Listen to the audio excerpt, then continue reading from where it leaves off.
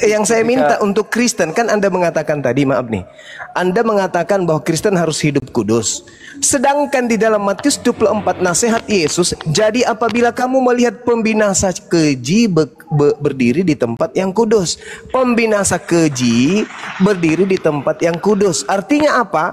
Pembinasa keji ini seakan-akan dia kudus, berdiri di tempat kudus, tapi itu hanyalah kamuflase. Nah, untuk membuktikan itu, sekarang Anda tunjukkan kepada saya perintah dari Tuhan untuk jangan bersunat. Ayo, dari Tuhan yang saya minta. Silakan. Bang. Ya Hadi, ya Bashir, ya Tabibi, Nabiyullah, khairul khalqi, khairul khalqi jami'an, lahu a'la manasibi wal marati, salatullah subhanallah.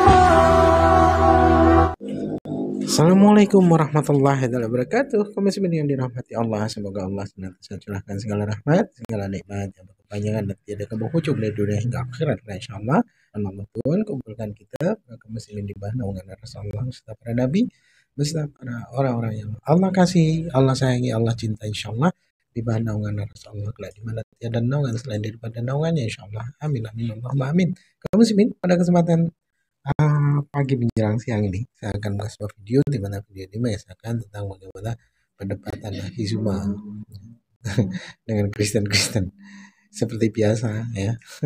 Saya pun tak dapat berkomentar banyak karena memang hampir semuanya Kristen itu sama ya. Semua Kristen itu sama dalam argumentasinya, dalam ngarang ceritanya, apa yang menjadi penyampaiannya, itu semuanya kan ngarang cerita, itu semuanya ya, tidak terkecuali gitu, hampir semuanya, mau dia seorang pendeta ataupun dia seorang jemaat biasa, itu semuanya ngarang cerita, jadi sama semua. Jadi mengomentari pun apa yang mau dikomentari banyak bagaimana ya, karena semua orang juga tahu ya, apalagi umat muslim yang mengikuti video-video debat itu semuanya tuh tahu ya bahwasanya Kristen itu selalu ngarang cerita, Kristen itu selalu berbohong dalam narasinya dan selalu mengada-ada dalam retorikanya gitu. Jadi semuanya itu sama saja, mau dia pendeta kek, mau dia jemaat biasa kek, semuanya sama. Baik kaum muslimin, demikian videonya. Iblisnya mundur dan mencoba menunggu waktu yang tepat. Yesus dibawa diangkat ke gunung yang tertinggi, diperlihatkan segala kemegahan dan kuasa dunia. Berarti iblis ini sok hebat kali memang, sehingga ketika kemudian dia ingin Yesus menuhankan dirinya, gagal. Iblis mencari kesempatan yang baik. Lukas 4 nomor 13. Iblis mundur dari Yesus dan menunggu waktu yang baik. Mana waktu baik itu? Ketika dia merasuki Yudas. Apa kata Yesus di dalam Yohanes 6 nomor 70? Aku yang memilih, engkau yang 12. Satu di antaramu adalah iblis. Berarti satu di antaramu adalah penguasa dunia. Betul? Betul. Satu di antara murid Yesus itu adalah penguasa dunia. Siapa dia? Jawabannya Yohanes 6 nomor 70, Yudas Iskariot. Jelas sampai di sini? Jelas. Jelas. Oke, jelas ya? Maka wajar kalau Paulus dibisikin, Kristus telah menebus Kristen dari kutuk hukum Taurat dengan jalan menjadi kutuk karena Kristen, sebab ada tertulis, terkutuklah orang yang mati di atas tiang salib. Tertulis di mana? Di dalam Ulangan 21 nomor 23. Tuhan mengutuk pelaku dosa sehingga digantung di atas salib. Berarti yang digantung di atas salib ini adalah orang yang dikutuk Tuhan. Yang dikutuk Tuhan itu di dalam Matius, di Amsal 17 nomor 23 adalah orang pasif pemakan suap. Siapakah yang makan suap? antara Yudas Yudas. dengan Yesus. Yudas Iskariot. Yang dikutuk oleh Tuhan siapa? Yang pemakan suap, Yudas Iskariot. Yang mati digantung adalah orang terkutuk. Siapa yang terkutuk? Pemakan suap. Siapa pemakan suap? Yudas Iskariot. Siapa penguasa dunia? Iblis. Siapa iblis itu menurut Yudas di antara ke-12 muridnya? Menurut Yesus di antara ke-12 murid? Yudas Iskariot. Matius 12, angkatan jahat minta suatu tanda. Tanda yang diberikan adalah anak manusia keluar dari kubur pada hari ketiga. Siapa dia yang digantung dan keluar dari kubur? Yudas Iskariot, iblis. Ayo, mau lari kemana? Pantas aja pendeta Yunus lari. Gitu teman-teman. Jadi iblis menserah terimakan. Makasih. Iblis menserah terimakan kemudian kuasa dunia kepada penggantinya, sehingga dia mengatakan, pergilah ke seluruh dunia, jadikanlah seluruh bangsa menjadi pengikutku.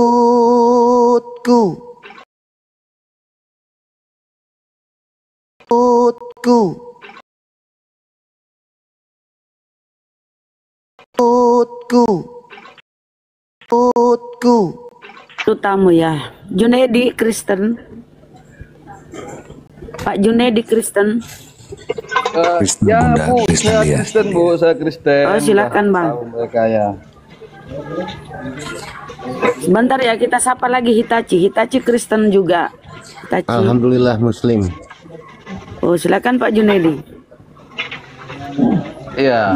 Bun, sebentar Bun. Hitachi ada yang mau disampaikan? Mohon maaf, silakan. Langsung turun. Ya lanjut.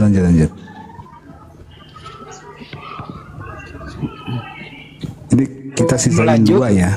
Sebelum lanjut teman-teman, saya ada informasi kepada seluruh masyarakat Indonesia, khusus masyarakat Sulawesi Selatan, bagi yang ingin berwisata di tempat disertai dengan angin-angin segar sepoi-sepoi, bisa nginep di Rumah Hobbit.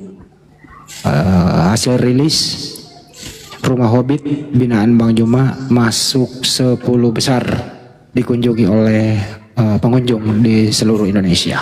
Allah Akbar. Selamat untuk Selamat Rumah Hobbit. Juma. Bukan seluruh Indonesia Bang Handi, sekabupaten Goa itu, mohon maaf Bang Handi salah informasi. Itu dari itu dari Dinas Pariwisata Kabupaten Goa Bang Handi. Dan labai-labai dikit nggak apa-apa Bang Juma. Ya boleh sih, kayak tetangga kita ya kan ya. Iya, boleh.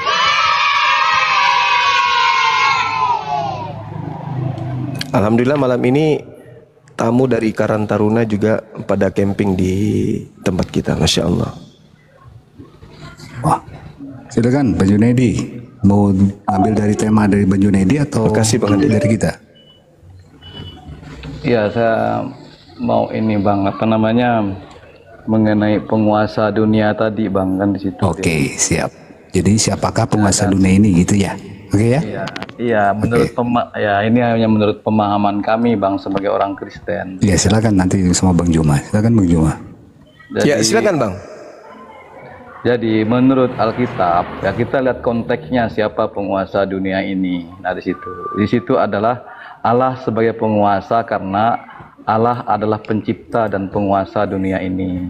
Allah memiliki kekuasaan yang tidak berubah walaupun manusia sudah jatuh dalam dosa. Nah Allah mengatur dan mengendalikan seluruh isi alam semesta ini Bang, seluruh isi dunia ini. Nah di mana Allah disebut sebagai penguasa dunia. Allah juga sebagai pemilik, Allah sebagai penguasa dan hakim umat manusia. Nah di situ. Nah jangan heran Bang, iblis juga sebagai manusia. Kenapa? Karena ketika manusia sudah jatuh di dalam dosa, ya, iblis juga disebut penguasa dunia setelah umat manusia itu jatuh dalam dosa. Nah, iblis ini Bang berkeliaran di bumi-bumi dan di mana-mana Bang sebagai pemimpin pasukan roh-roh jahat dia Bang. Nah benar apa yang dikatakan tadi bahwa di dalam Yohanes 12 ayat 31 Yesus juga menyebut iblis sebagai penguasa dunia ini. Paulus juga menyebut iblis juga sebagai penguasa kerajaan angkasa Bang.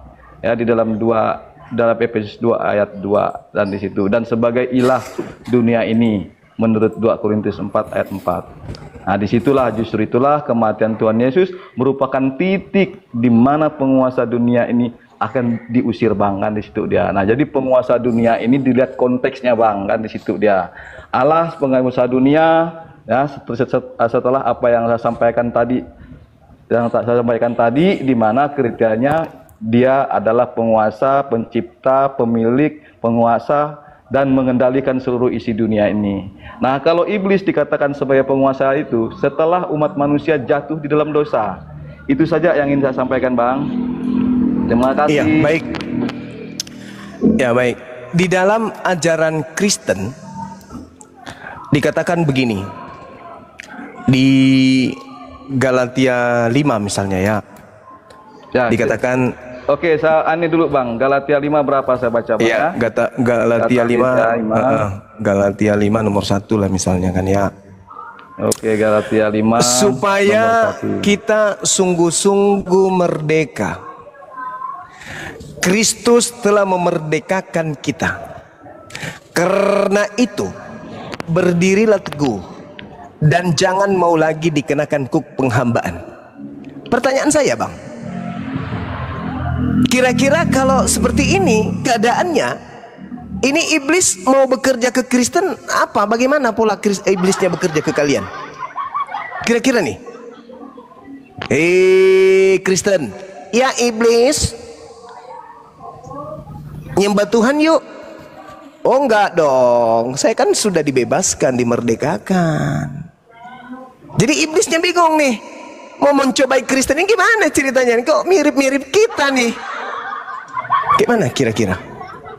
Ayo, Efesus 2 nomor 15. Dengan matinya Kristus di atas salib, Kristus telah membatalkan hukum Taurat beserta segala perintah ketetapan yang ada di dalamnya.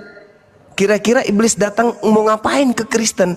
Hei Kristen, iya paman Blis, jalankan hukum Taurat dong. Orang Kristen mengatakan, oh sorry lah, ya kami sudah dibatalkan Taurat untuk kami. Jadi kira-kira iblisnya bingung nggak tuh sama Kristen ini? Tidak ada lagi aturan. Segala sesuatu halal bagiku, segala sesuatu boleh untukku. Lalu apalagi kerja iblis ke Kristen ini kira-kira? Hah? Hei orang Kristen, iya paman Blis. Apa Blis? Kamu kamu sembah selain daripada Tuhan dong. Siapa Blis? Ya entah Yesus kah, yang manusia anak Maria kau sembah. Sorry ya, kami udah menyembahnya loh. Jadi kira-kira godaan seperti apa lagi nih yang ditujukan kepada iblis, kepada Kristen? Kira-kira semua pelanggaran-pelanggaran yang ditanamkan sebagai tatanan kepada Bani Israel semuanya dihancurkan dan sudah dilebur di dalam kekristenan.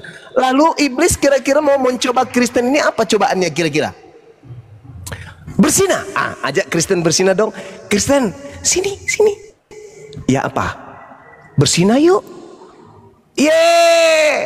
Gak boleh kami bersinah. Kenapa gak boleh? Kalaupun kami bersinah, ya nggak ada dosa bagi kami. Kenapa? Lu baca di dalam Yohanes 2 nomor 1. Masa sih? Apa bunyinya di sana? Dia dikatakan begini, anak-anakku, hal-hal ini kutuliskan kepadamu supaya kamu jangan berbuat dosa. Akan tetapi jika seorang berbuat dosa, kita mempunyai seorang pengantara pada Bapa, yaitu Kristus yang adil. Jadi iblisnya bingung. Aku mau menggodanya supaya berzina. Ada Yesus yang menebusnya. Aku ingin menggodanya supaya mereka merampok. Percuma aja. Setiap dosa yang mereka lakukan, sudah ada yang mendamaikan dosanya. Jadi iblis pensiun untuk Kristen. Mau apa lagi? Disuruh mencuri percuma, disuruh berzina percuma. Mereka mau berzina setiap hari pun percuma, ada pendamai dosa buat mereka. Iblis kemudian mengikat mereka dengan ikatan yang kuat. Mereka diikat dengan tipu daya muslihat. Tapi kalau di Islam, berzina yuk, sorry lah takrabu zina, nggak boleh, sorry ya. Diajak mencuri, nggak boleh, dilarang oleh Allah. Semuanya dilarang. Menyembah kepada manusia, menyembah kepada siapapun dilarang, kecuali hanya menyembah kepada Allah. Iblisnya susah payah menjebol pertahanan Islam. Tapi kalau di Kristen, pertahanan yang mana yang mau dijebol? Nggak ada lagi. Nggak ada lagi. Makanya Al-Quran mengatakan, wa ikhwanuhum yamuddunahum fil ghayyi thumma la yuqsirun.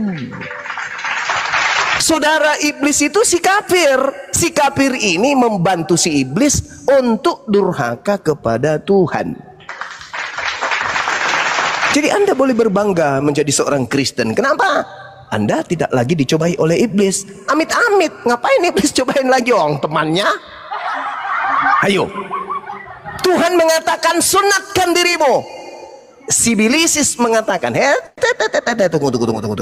Kalau kau sunatkan si Uco, Yesus Kristus tidak berguna bagimu. Ayo, pilih mana? Oh iya ya, jadi kami nggak usah sunat. Nggak usah. Iblis pensiun. Lagi-lagi tidak bisa menggoda di situ. Ini bang, pertahanannya bang. Pertahanan Anda itu nggak ada. Ngapain Anda bertahan? Makanya Anda beribadah, Anda sembahyang atau apapun itu namanya, suka-suka Anda. Tidak ada perintah Tuhan. Nyembah Yesus ada nggak perintahnya? Nggak ada. Disko hari Minggu ada nggak perintahnya? Tak ada. Semua yang Anda lakukan dalam hal keagamaan Anda, tak ada perintahnya dari Tuhan. Tak ada. Jadi satu-satunya agama yang paling enak dan paling nikmat, ukuran dunia, ukuran jasad manusia, agama aliteng. Segala makanan yang diharamkan boleh dimakan. Segala sesuatu halal baginya. Bahkan apapun yang mereka masukkan ke dalam mulut itu tidak dosa. Mau apapun itu dalam agama saudara. Jadi Kristen ini nggak bisa lagi seibarat kuman itu tidak pernah kena penyakit flu. Kuman tidak pernah kena sampar. Kuman tidak pernah kena tumor. Kuman tidak pernah kena bisul. Kenapa? Dia sendiri kuman. Nggak pernah lagi dibisikin setan. Ngapain mau dibisikin setan? Oh, dia sendiri ada etan. Piye toh? Seperti itu saudara. Jadi coba Anda renungkan. Ketika kemudian Yesus mengatakan waspadalah kepada si Bilisis, penguasa dunia si Bilisis ini menginginkan anak Adam semuanya ikut kepada dirinya ke dalam api neraka jahanam. Makanya Yesus mewanti-wanti, waspadalah kepada penyesat yang datang kepadamu dengan memakai namaku dan berkata, akulah Kristus. Mereka akan menyesatkan banyak orang. Itu pekerjaan Kristus, itu menyesatkan banyak orang tuh. Nah sekarang satu-satunya kandidat pengikut Kristus kan cuman Kristen. Hindu kagak, Buddha kagak, apatah lagi Islam. Sekira begitu saudaraku Junaidi. Coba Anda duduk yang tenang, gunakan akal sehat, tinggalkan dogma dan doktrin sejenak, mumpung saudara berdiskusi dengan saya. Silakan. Aduh abang ya kan. Nah di situ saya lihat tidak semudah itu bang. Ya abang bisa mengatakan bahwa kami ini sudah bersekutu dengan iblis. Ya justru ketika kami menerima Yesus Kristus sebagai Tuhan dan Juru Selamat pribadi kami bang. Ya kami harus patuh taat bang kan di situ dia. Nah kami harus mampu melawan tipu muslihat iblis. Ya sehingga kami ini tidak jatuh dalam dosa di situ bang ya. Dan bagaimana kami menjaga kehidupan kami ini harus kudus. Karena kami tahu kuduslah. Karena aku kudus kata Allah kan di situ dia. Nah itu. Nah dalam kehidupan kami sehari-hari bang sebagai orang Kristen ya. Bagaimana kami harus menjadi surat Kristus yang terbuka bang. Di dalam setiap kehidupan kami sehari-hari bang. Ya. Melayani sesama kami dengan penuh kasih ya. Mengatasi bagaimana kami bisa mengatasi segala jeratan dosa, rasa bersalah dan rasa malu, ya. Nah di situ karena Yesus sudah memerdekakan kami, bang. Ya, dengan kematian itulah Dia sudah memerdekakan kami. Nah di situ maka ya kami harus hidup taat, harus hidup kudus, menjalani kehidupan yang penuh dengan tujuan dan penuh sukacita dan kasih itu, bang. Itu yang diutamakan dalam kehidupan kami, bang. Nah di situ, ya kan? Jadi apa yang abang sampaikan tadi, ya orang Kristen ya mudah melakukan hubungan dosa, mudah mencuri atau mudah berzina dan sebagainya, itu sebenarnya merupakan satu kebohongan bang yang abang sampaikan di situ, ya kan? Nah di situ dia bang. Jadi ya kehidupan kami, ya ketika kami setelah menerima Yesus Kristus, ya kami harus ya taat, karena kami ini ya jangan dibiari, jangan membiarkan ya rasa kekuatan roh itu untuk mencobai kami. Nah di situ makanya kami Yesus katakan waspadalah. Nah di situ dia disuruh berdoalah dan berjaga-jagalah supaya kamu tidak jatuh di dalam pencobaan bang. Nah disitulah kehidupan kami, tidak seperti yang abang tuduhkan tadi bang.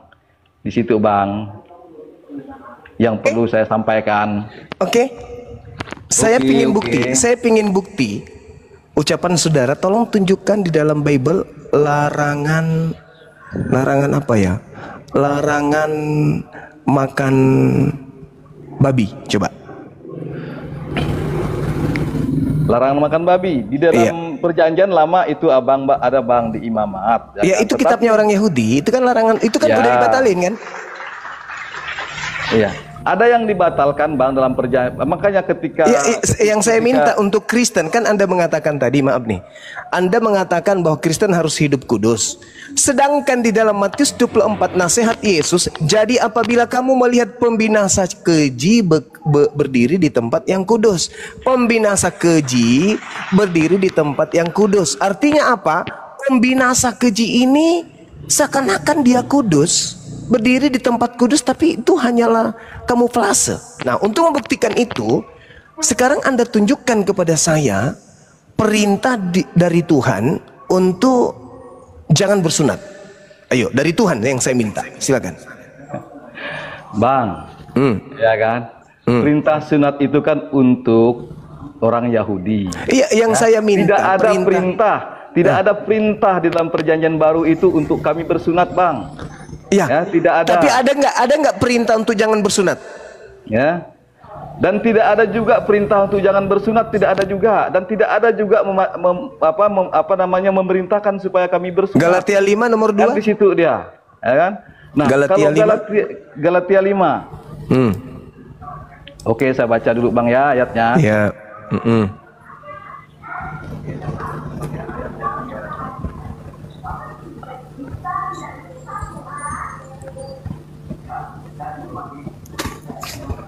Karena masalah sunat dan sunat itu tidak masalah sebenarnya kami bang. Galatia 5. Ya, itu makanya. Siapa yang mengajarkan itu? Siapa yang mengajarkan itu? Paulus tahu. Galatia 5 berapa tadi bang? Galatia 5. Galatia 5 Paulus, Galatia 5 nomor 2 nomor 3. Itulah yang saya katakan kepada saudara. Kalian itu manusia yang paling hebat. Iblis tidak lagi mencobai kalian. Ngapain dicobai lagi Kristen ini? Untuk apa? Wong Kristen lebih kesetanan daripada setan. Coba bang, ayat itu kan bang yang berbunyi bahwa Galatia 5 ayat 2 itu menyatakan bahwa jika seorang menyunatkan diri maka tidak akan berguna bagi. Kata siapa itu? Itu kata siapa? Kata Paulus bang. Kata Paulus. Kalau kata Tuhannya gimana? Enggak bang, tetapi ya, Paulus ini mengatakan untuk orang-orang yang bukan Yahudi bang. Iya. Kan di situ dia ayat ini. Sekarang bang, begini. ya. Sekarang begini. Di mana perintah bersunat kepada non Yahudi? Ya enggak ada juga. Ya tidak ada. Lalu untuk apa dalil ini dibuat oleh Paulus? Untuk apa dalil ini dibuat oleh Paulus? Untuk apa? Ya, maksudnya Paulus itu kan sunat hati loh bang, kan di situ. Ya kan? Nah di situ bukan berarti hati fisik hati kita yang disunat. Nah kita, ya maksud Paulus itu kita meninggalkan kelakuan kita atau perilaku kita yang dulunya tidak benar. Nah, sekarang benar. Nah, apa yang benar di Kristen? Apa yang benar? Yang perintah dari Tuhan yang diikuti Kristen itu yang mana? Coba tunjukkan ke saya. Perintah Tuhan Yesus itu kan mengasihi, Pak, yang paling tertinggi. Enggak, tunggu. Kan yang dari Tuhan, bukan dari Yesus, dari Tuhan.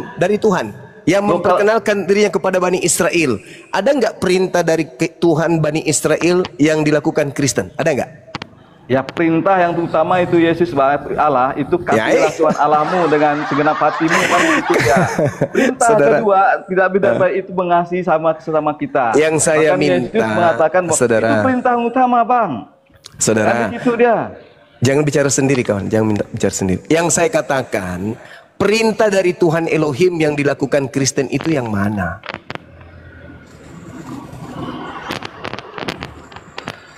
Kasih bang, itu intinya bang. Di mana perintah kasih kepada Kristen dari Elohim? Ya itu tadi Yesus mengatakan Ya, kasihlah Tuhan Allah. dari Kan begitu Elohim ya, bang, dari Elohim yang saya minta, bukan dari Kristus, dari Elohim. Ada. Abang ini gimana sih ya kan di dalam perjanjian lama itu kan bang kan itu Allah kan memerintahkan Elohim itu memerintahkan kita harus hidup benar. Nah, sekarang Penuh hidup kasih, benar, kan di situ hidup dia. benar yang diperintahkan oleh dalam Elohim arti yang dilakukan menjalankan Kristen segala yang firman-Nya, mana? bang, segala perintahnya itu kasih Iya, itu. iya, yang mana perintah Elohim? Sebenarnya sunat-sunat yang abang sampaikan itu bukan bagian dari keselamatan loh bang bagi kami sebagai orang Kristen. Nah itulah makanya. Itu adalah tradisi Yahudi. Ya kan? Itulah Orang-orang makanya. Yahudi Itulah itu makanya. memang harus disunatkan bang. Bicara sendiri dia, gila kayaknya orang ini. Yang saya minta itu Tuhan, perintah Tuhan Bani Israel yang Kristen lakukan itu yang mana? Nggak ada, Anda tunjukkan, nggak ada. Berarti Kristen ini benar-benar, ya benar-benar bebas merdeka. Kan kalian tidak boleh lagi diperhamba kan? Tadi Galatia 5-nya saya. Karena di kabupaten ada juga iblis bang ya. Ada.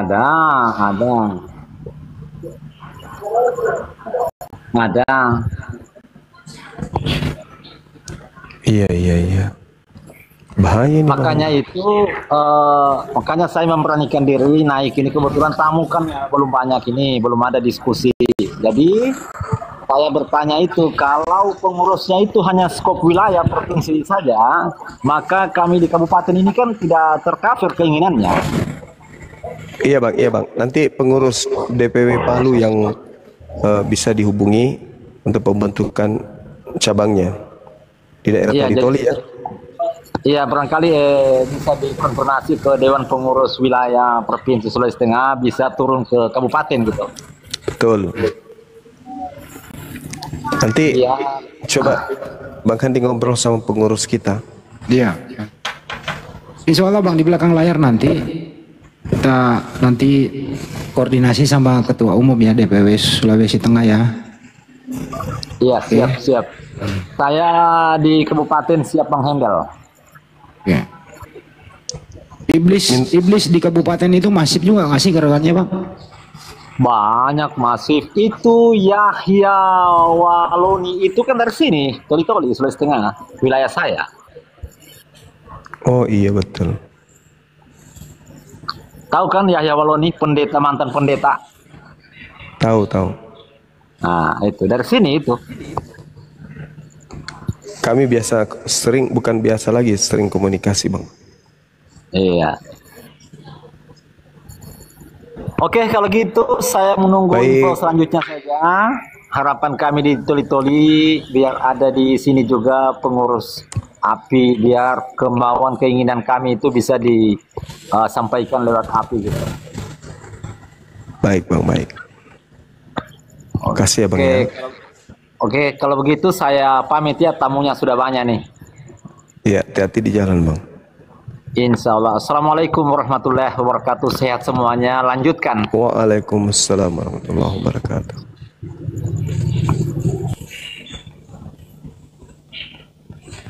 Waalaikumsalam. Bu Narama, tak sambut dulu tamu satu persatu ya. Iya, nih. Mati di jalan, ke di rumah ngomong bagaimana? Iya juga. Kita sambut T2. Assalamualaikum, selamat malam. Kristen Muslim. T2. Kristen bang, T2. Oke, Boy Manik, Kristen. Selamat malam, Boy. Bang Boy Manik. Ya Allah ya Rabbi. Bang Boy.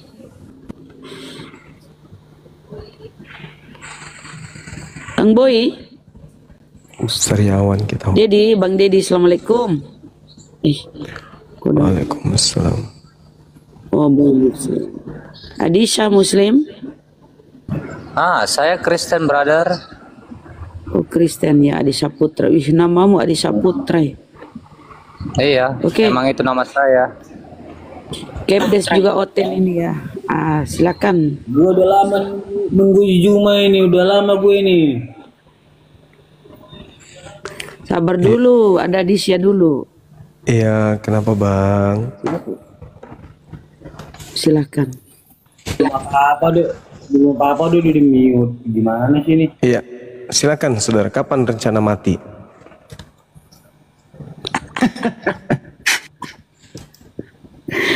Kapan rencana mati? Pertanyaannya bukan itu Bang Juma. Jadi? Kapan berhenti berkongsi sama iblis gitu loh. Oh iya betul. Betul. Boleh nggak segini ya, Juma? Jadi pasti saya kepada orang buta. Gimana mau? Ini itu langsung di Celebes, brother. Satu-satu dulu yang ngomong. Adi dulu. Iya. Boleh nggak kita hatuhan di Celebes? Lo kok Mana kamu nangis? di Celebes? Berani nggak? Berani, kenapa sih? Berani nggak hatuhan sama Adisha Putra? Ya kamu ilmunya apa dulu? Saya menguasai terjemahan dalam Al-Qur'an yang banyak perbedaannya. Itu doang tuh. Kalau pernyataan Islam kan biasanya gini ya. Pernyataan Islam kan biasanya terjemahan itu bukan Al-Qur'an. Yes. Itu pernyataan dari para polemikus yang nggak tahu dengan namanya translate ya. Ya maaf lah ya kan, karena AQ mayoritas kan 78, jadi saya maaf. Jadi boleh nggak Adisha Putra berhadapan sama Hendy Celebes? Terus kalau terjemahan Bible Sama muridnya aja Bang. Enggak, karena gini bro, alangkah baiknya saya berhadapan sama Hendy Celebes ini ataupun sama siapa aja pun boleh sih. Iya, Tapi sama saya saya gregetan. Enggak, saya gregetan sama namanya anjing yang berada di kandang. Saya aja Bang, apa-apa. Boleh, mau siapa aja boleh. Iya, silakan. Atau gini ya, coba jangan gini jangan atur topik apa, topiknya apa nih? Yang lu kuasain. Bebas. Bebas ya. Lanjut topik iblis ya. Oke. Silakan. Iblis itu siapa? Tugasnya apa? Dan agama mana yang berhasil dipengaruhi oleh iblis? Itu silakan. Yang datang kepada Paulus, iblis atau Yesus? Yesus. Oke. Dalam Kisah Para Rasul 9 ayat 1 sampai seterusnya. Oke, iya itu cerita dari Lukas, asisten Paulus. Nah, sekarang begini kawan. Yesusnya berkata bahwasanya aku harus pergi, sebab kalau aku tidak pergi, si dia tidak akan datang. Si dia ini siapa? Si dia itu adalah roh yang diutus oleh dia sendiri. Roh itu artinya roh kebenaran, seperti yang tertulis dalam tunggu gantian lah kan, seperti yang tertulis dalam Yohanes 4 ayat 24. Iya, berarti yang datang setelah Yesus Roh Kudus atau Yesus? Ya, Roh Yesus itu sendiri atau dia sendiri yang datang. Iya, mulai ngaco ini anak ini. Kalau aku tidak pergi, maka penghibur itu tidak akan datang. Penghibur yang dimaksud Yesus. Ya artinya kan gini ya, dalam logika saya lah sebagai umat. Belum apa-apa sudah berbohong Anda. Saya bukan seperti Anda, brother. Di mana dalilnya roh kebenaran itu Yesus? Di mana dalilnya? Dalam Yohanes 4, ayat 24 sampai 26. Oke. Coba Anda bacakan. Silakan. Elohim itu adalah roh. Barang siapa yang menyembah dia harus menyembahnya dengan roh dan kebenaran. Yang saya tanya, di mana Yesus itu adalah roh kebenaran? Di mana? Tertulis di mana? Iya apa? Iya apa saudaraku yang gemar berdusta, pembohong? Santai dulu lah. Saya sudah santai. Saya menyatakan yang kebenaran. Kamu itu pembohong, belum apa-apa sudah berdusta ente. Saya nggak pernah berdusta. Lah, Santai aja lah, Yesus bro. itu bukan roh kebenaran, Cak Ayu. Nggak ada Yesus mengatakan aku roh kebenaran, nggak ada. Di dalam Yohanes 16 nomor 7, benar apa yang kau katakan, aku memang harus pergi. Sebab kalau aku tidak pergi, roh kebenaran itu tidak datang. Berarti antara Yesus dan roh kebenaran itu adalah dua oknum yang berbeda. Kau jangan berbohong di sini, Adi. Kau itu sudah dekat, sebentar lagi mau meninggal, masih juga sempat-sempatnya kau berdusta di sini. Woi, jangan kau bohong-bohong, bro, nggak bagus. Masa kau berdusta? Roh Kudus adalah Yesus? Jangan gitu lah. Kenapa sih saya mau ngomong? Coba gini, maksud Juma. saya jangan kau Juma. bohong, jangan kau berbohong. Juma, gini Juma. Kita kan berdialog hatuha. Iya, Nanti tapi kan jangan kau berbohong, jangan kau pamerkan kebohongan. Izinkanlah pihak lawan kau untuk berbicara. Jangan seperti Saya tidak mau Anda pamer kebohongan di sini. Ya sudah, kalau Anda mau berbicara silakan. Tolong tunjukkan. Kalau Ketika emang saya bernarasi dulu, Saudara Adi. Habis itu kau bicara 2 tahun. Jangan berhenti ya, 2 tahun kau ngomong. Nah, ketika Yesus berkata dalam Yohanes 16, aku memang harus pergi. Sebab kalau aku tidak pergi, roh kebenaran itu tidak akan datang. Berarti aku pergi supaya roh kebenaran itu datang. Nah, pertanyaan saya, yang datang setelah Yesus pergi siapa? Yesus atau roh kebenaran? Silakan. roh kebenaran itu adalah Yesus Kristus itu sendiri yang tertulis dalam Yohanes 4 ayat 24. Jadi kan saya kan diizinkan untuk berbicara sampai 2 tahun karena kan Anda kan bertanya kepada Kristen. Oke, no problem. Jadi jawab perempuan itu, aku tahu bahwasannya Mesias yang disebut Kristus itu akan datang dan yang disebut bla bla bla segala macam. Apa kata Yesus Kristus di dalam Yohanes ayat 26? Akulah dia yang berkata-kata dengan engkau. Jadi udah simple, bro. Jadi kalau saya bertanya kepada Islam atau Hadis Selebes dengan Juma, Zulkifli, Abbas ya, atau Bunda Rama atau Islam yang di sini lah. Selesaiin dulu nih. Selesaiin dulu argumentasimu, jangan nanya dulu. Ya, argumentasinya kan saya kan menjawab dengan apa yang tertulis dalam Alkitab saya. Udah dijawab. Tolong ya. tunjukkan dalilnya di mana Yesus sama dengan Roh Kudus. Yesus, aku harus pergi sebab kalau aku tidak pergi aku tidak datang. Maksudnya apa itu? Jadi gini. Aku harus pergi sebab kalau aku tidak pergi, roh kebenaran itu tidak akan datang. Anda baca dong. Dalilnya begini. Dia katakan begini dalam Yohanes 16 itu, Saudara. Apa yang kemudian diterangkan oleh Yesus, dikatakan bahwasanya roh kebenaran yang datang ini itu jelas bukan dirinya.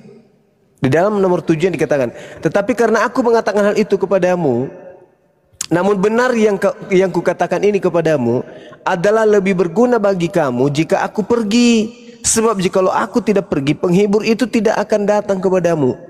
Tetapi jikalau aku pergi, aku akan mengutus dia. Jadi yang datang bukan Yesus. Dari mana kamu tahu? Saya kan udah jujur karena tadi Yohanes 16 itu apa yang kamu pahami di situ? Kata Yesus, namun benar yang kukatakan ini kepadamu adalah lebih berguna bagi kamu jika aku pergi. Sebab jikalau aku pergi, jikalau aku tidak pergi, penghibur itu tidak akan datang kepadamu. Kalau aku tidak pergi, penghibur itu tidak ada. Berarti kalau aku di sini, artinya kan gini, bro, gini. Artinya kan gini ya. Makanya izinkan dulu saya berbicara lah, jangan di-mute lah. Seperti dalam logika saya ya, Presiden Prabowo ada di DKI Jakarta. Pertanyaannya, siapakah yang menyuruh Presiden Prabowo ada di Surabaya? Apa sih ngomongnya ini? Itu dalam arti yang kamu katakan seperti dengar.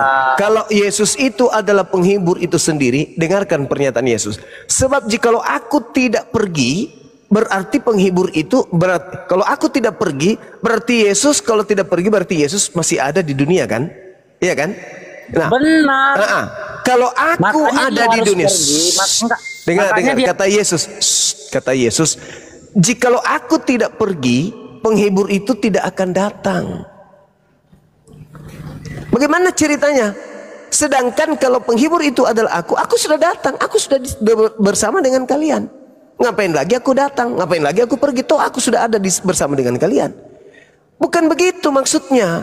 Artinya roh kebenaran itu bukan Yesus. Makanya Yesus harus pergi supaya roh kebenaran itu datang. Sebab kalau aku tidak pergi, Roh Kudus itu tidak datang. Roh kebenaran itu tidak datang. Penghibur itu tidak datang. Nah, kalau penghibur itu adalah aku, Ya udah, ngapain saya aku izinkan pergi? kamu ngomong 2 jam. Saya izinkan kamu ngomong 2 jam. Kalau udah selesai Ya karena kamu tidak memberikan edukasi, nanti kamu ya, hanya udah berbohong. Kamu hanya berbohong.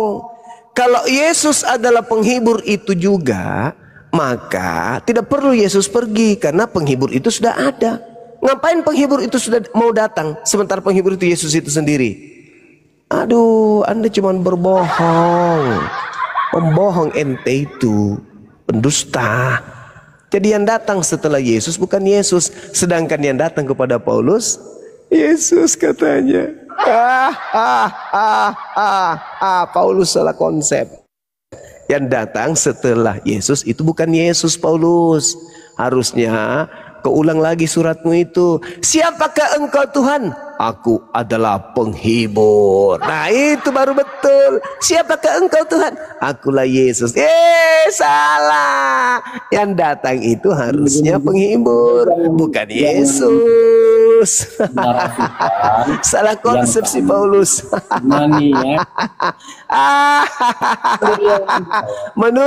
Menurut Yesus yang datang setelah dia terangkat ke langit adalah penghibur. Tapi menurut Paulus yang datang kepadanya bukan Yesus tapi bukan penghibur tapi Yesus. Masolang generasi. Halo. Ya, lanjut.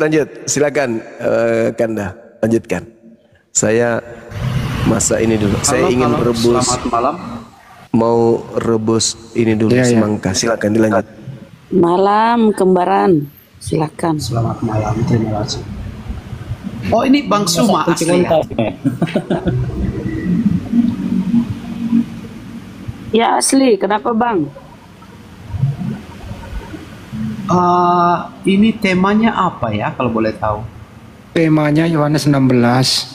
Yesus pergi, yang datang sesudah Yesus siapa? Silakan. Oh iya, saya coba jelaskan ya. Tapi kita diskusi ya. Saya kalau kita debat-debatan saya nggak bisa ya. Sebatas yang saya bisa saya coba jelaskan. Bisa beri waktu sesuai iman saya jelasin. Boleh ya? Ya silakan. Sesudah Yesus pergi siapa yang datang sesudah Yesus? Silakan. Oke. Kalau menurut iman saya begini Pak. Jadi saat Tuhan Yesus harus naik ke surga, kalau dia nggak naik ke surga kan Roh Kudus itu Roh Kudus untuk penghiburan, kekuatan. Ya Roh Kudus ini fungsinya banyak Bang. Jadi untuk penghiburan, untuk kekuatan, maksudnya untuk ke murid-muridnya, untuk pengikut-pengikutnya untuk mengabarkan Injil itu supaya turun. Jadi turun menguatkan mereka, menyertai mereka. Kalau Tuhan Yesus nggak naik ke surga, nggak bisa. Bang, jelasin aja siapa roh kebenaran itu Bang. Nggak usah panjang lebar.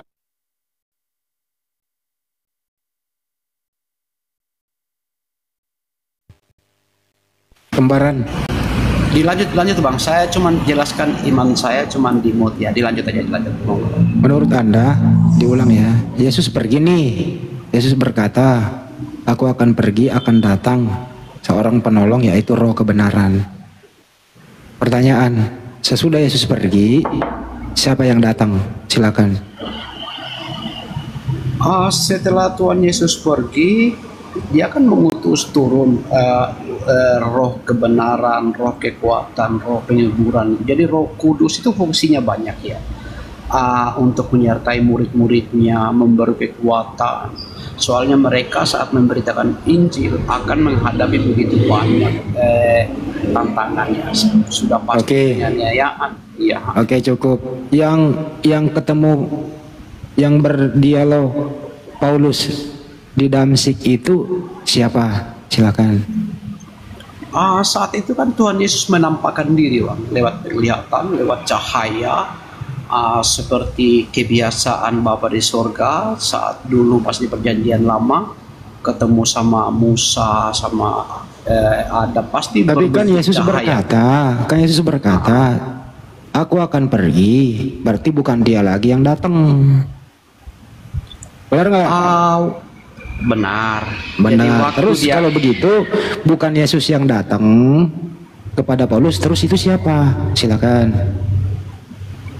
Loh, yang datang waktu saat Paulus menjumpai Paulus itu kan penampakan Tuhan Yesus itu. Berarti Yesus bohong dong. Dia pergi bukan lagi dia yang datang. Kenapa dia datang lagi? Bagaimana? Begini Bang. Jadi Tuhan Yesus waktu dia masuk ke alam maut, kematian, itu kan 40 hari dulu Bang. 40 hari dia menampakkan diri. Lanjut lagi. Tuhan Yesus sejak dia meninggal itu kan waktunya 40 hari itu masanya. Dia menampakkan diri, menyatakan diri kalau saya telah bangkit. Dia menampakkan diri ke banyak orang untuk menyatakan kalau dia telah bangkit. Sebelum dia naik ke sorga itu 40 hari itu dia selalu menampakkan diri. Tapi sulit Bang, saya mau jelaskan iman Kristen ya, sementara teman-teman kan ya yang berbeda iman pasti bingung. Pasti bingung ya. Jadi akhirnya banyak saya lihat komal-komal, akhirnya debat-debat. Ini bukan berbicara mengenai iman Bang, tapi berbicara mengenai data, berbicara mengenai apa yang diucapkan oleh Yesus. Yesus berkata, aku akan pergi. Nah sesudah Yesus, bukan lagi Yesus yang datang. Saya ulang ya Bang ya. Benar. Dengerin dulu. Sesudah Yesus pergi, apakah Yesus datang lagi? Silakan. Benar. Yang Abang maksud itu benar. Jawab. Sesudah Yesus pergi, apakah Yesus akan datang lagi? Menjawab loh. Yang menjawab itu kami. Diam dulu kawi. Bang Kembaran. Saya jawab. Sesudah Yesus pergi, apakah Yesus datang lagi Bang? Sesudah Yesus pergi, otomatis dia setelah dia di surga, dia mengutus Roh Kudusnya Bang untuk penyertaan. Oke, berarti bukan Yesus lagi yang datang sesudah dia pergi, betul? Bukan. Jadi yang turun itu Roh Kudus. Terus kalau bukan lagi Yesus yang datang, terus siapa yang berkomunikasi dengan Paulus di Damsik? Siapakah itu? Kalau yang komunikasi sama Paulus itu Yesus sendiri Bang, lewat katanya bukan Yesus lagi yang datang, kok datang lagi? Begini Bang, yang dia gimana? Sabar saya jelasin ya. Yang Tuhan Yesus maksud saat dia ngomong dia nggak akan datang masalah itu roh firman Bang, roh kudus, roh penuntun, roh kekuatan, roh penghiburan. Itu jadi kalau dia nggak naik ke surga, roh itu nggak akan turun Bang. Jadi itu yang maksud perkataannya dia, bukan yang dia katakan dirinya, bukan. Yang ditanya Bang, nih Yesus pergi, berarti yang akan datang bukan Yesus lagi, yaitu roh kebenaran. Pertanyaannya, kenapa Paulus mengatakan dia ketemu Yesus? Padahal Yesus berkata, saya nggak datang lagi. Itu silakan. Saya tadi sudah jelasin Bang ya. Jadi waktu Tuhan Yesus berkata itu, dia bukan berkata dirinya itu yang dia maksud itu, yang nggak akan datang itu roh penghiburan Bang. Jadi begini Bang, di Kristen itu Roh Kudus itu fungsinya berbeda. Roh firman itu fungsinya berbeda, jadi nggak bisa disamakan Bang, beda fungsi itu. Anda yang samakan itu. Saya nggak samakan, dari tadi saya jelaskan. Kalau Anda tidak samakan, berarti yang datang kepada Paulus bukan Yesus, betul? Yang datang lanjut. Siap. Ya silakan Bang, lanjut. Sekali-sekali pakai ini ya Bang ya, pakai akal ya Abang.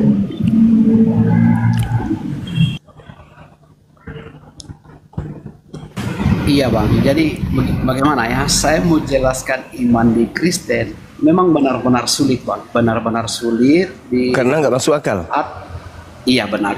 Begini, di iman Kristen itu saat kita berbeda keyakinan pasti berbeda bang, cara pemahamannya berbeda. Jadi menurut abang nggak masuk akal, tapi menurut kami yang imani, kami paham, mengerti, kami masuk akal bang.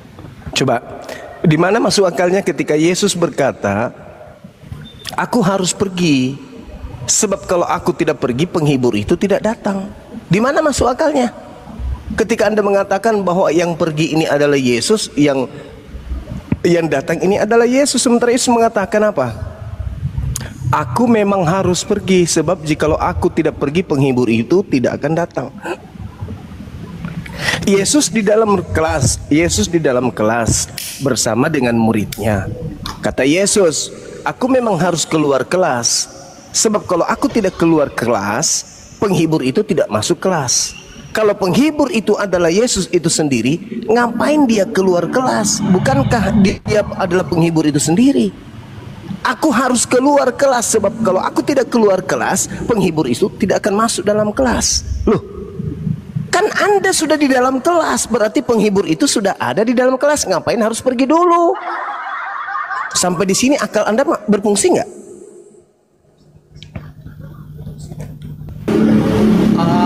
Ini saya ya, oke. Saya tangkap abang, arah pemikirannya abang, pemahamannya saya tangkap. Yang abang tangkap karena nggak paham, memang benar, nggak masuk akal, nggak masuk akal lah. Tetapi kalau iman Kristen saya jelaskan, tadi kan saya sudah jelaskan, fungsi Roh Kudus dan fungsi Firman itu berbeda. Firman menjadi manusia itu Yesus. Yang datang setelah Yesus bang, yang datang setelah Yesus terangkat ke langit itu Yesus atau penghibur? Oke bang, izinkan saya jelasin ya. Iya. Beri saya waktu, abang boleh dengan nggak masuk akalnya, saya hargai bang, kita sama-sama menghargai. Begini bang, seperti saya jelaskan, fungsi Roh Kudus dan Firman itu berbeda kalau di Kristen. Begini, jadi waktu itu kan harus diberitakan Injil bang untuk murid-muridnya.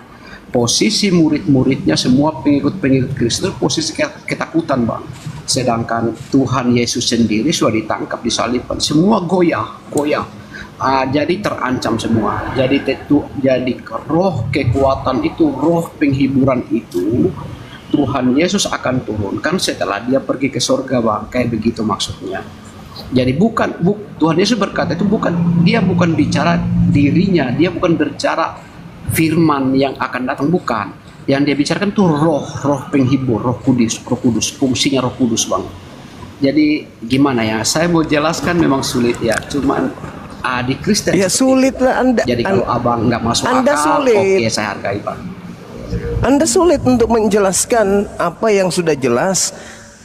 Karena seharusnya Anda mengatakan sulit untuk saya kaburkan. Nah itu baru betul. Karena ini sudah jelas. Anda mau mengaburkan sesuatu yang sudah jelas. Anda ingin memutarbalikkan satu kebenaran menjadi satu kesalahan. Yesus berkata, memang aku harus pergi, sebab kalau aku tidak pergi, penghibur itu tidak datang. Dengan kata lain, yang datang setelah Yesus pergi adalah penghibur. Satu. Ada dua yang datang setelah Yesus. Yang satunya adalah penghibur, yang satunya adalah penyesat. Penghibur ini tidak memiliki nama, hanya gelar. Sedangkan penyesat ini memiliki nama dan gelar. Penyesat yang datang setelah Yesus bergelar Yesus Kristus. Sekarang mari kita olah TKP. Yang datang kepada Paulus apakah penghibur atau Yesus Kristus? Coba Anda jujur dulu. Penyesatnya, ingat, penyesatnya bergelar Yesus Kristus. Yang datang kepada Paulus siapa bang? Saya bang ya, saya jelasin bang. Iya. Iya, tadi kan saya sudah jelaskan Bang. Jadi Tuhan Yesus itu maksudnya pergi itu bukan pergi untuk tidak kembali Bang. Maksudnya itu dia harus pergi ke kerajaan surga untuk bisa menurunkan roh penghiburan itu. Jadi fungsinya Roh Kudus ini begini Bang. Fungsinya Roh Kudus itu banyak. Jadi dia roh kekuatan, roh penghibur, roh penyertaan. Jadi dia itu fungsinya Roh Kudus ini banyak Bang. Jadi saat Tuhan Yesus kalau nggak naik ke surga, dia nggak bisa turunkan Roh Kudus itu untuk beri kekuatan ke murid-muridnya, beri penyertaan, beri penghiburan agar kuat ngadapin saat memberitakan Injil. Seperti itu Bang maksudnya. Jadi kalau abang nggak masuk akal, saya oke Bang, saya paham. Cuman iman Kristen begitu Bang, monggo Bang. Iya, jadi kesimpulannya yang datang kepada Paulus itu adalah penyesat bergelar Kristus. Karena Yesus berkata, apabila roh kebenaran itu datang, di dalam Yohanes 14 nomor 26, Yesus berkata begini, di Yohanes 14 nomor 26, apabila penghibur itu datang, yaitu Roh Kudus yang diutus Bapa dalam namaku, dialah yang akan mengajarkan segala sesuatu kepadamu dan akan mengingatkan kamu akan semua yang telah kukatakan kepadamu. Kalau yang datang kepada Yesus itu adalah roh kebenaran, maka sosok ini akan mengingatkan Paulus setiap perkataan yang Yesus pernah katakan pada saat sebelum terangkat ke langit. Catat itu dulu. Ketika Yesus berkata di tengah-tengah Bani Israel muridnya, aku tidak dapat berbuat apa-apa dari diriku sendiri. Maka perkataan yang telah Yesus katakan ini kepada Bani Israel oleh roh kebenaran yang datang kepada Paulus juga akan mengajarkan perkataan yang sama kepada Paulus. Apakah benar demikian? Atau jangan-jangan yang datang kepada Paulus justru mengajarkan hal yang terbalik dengan tanda-tanda roh kebenaran yang datang setelah Yesus. Saya ulang lagi, Yohanes 14 nomor 26, Yesus berkata, tetapi penghibur, yaitu Roh Kudus yang akan diutus oleh Bapa dalam namaku, dialah yang akan mengajarkan segala sesuatu kepadamu dan, dengar, akan mengingatkan kamu akan semua yang telah kukatakan kepadamu. Saya ingin bertanya kepada saudara, ketika ketika Paulus berkata di dalam Efesus 2 nomor 6, nomor 7, nomor 8, Theos telah mengosongkan diri dan tidak mempertahankan keilahiannya, melainkan mengosongkan dirinya dan mengambil rupa manusia. Tolong tunjukkan ucapan roh kebenaran yang ngaku Yesus Kristus kepada Paulus ini pernah diucapkan oleh Yesus ketika Yesus berada di tengah-tengah muridnya. Karena fungsi roh kebenaran adalah mengingatkan kembali semua yang telah Yesus ucapkan ketika Yesus datang sebelum terangkat ke langit.